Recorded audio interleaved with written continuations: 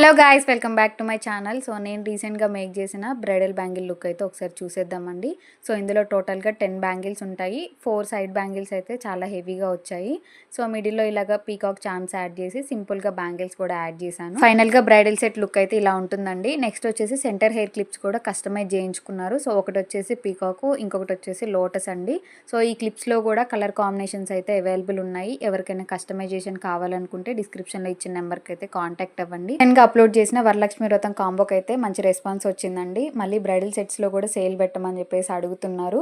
So ఒక 2 డేస్లో bridal sets ఇంకా సెమీ బ్రైడల్ సెట్స్లో కూడా మంచి సేల్ అయితే తెస్తాను.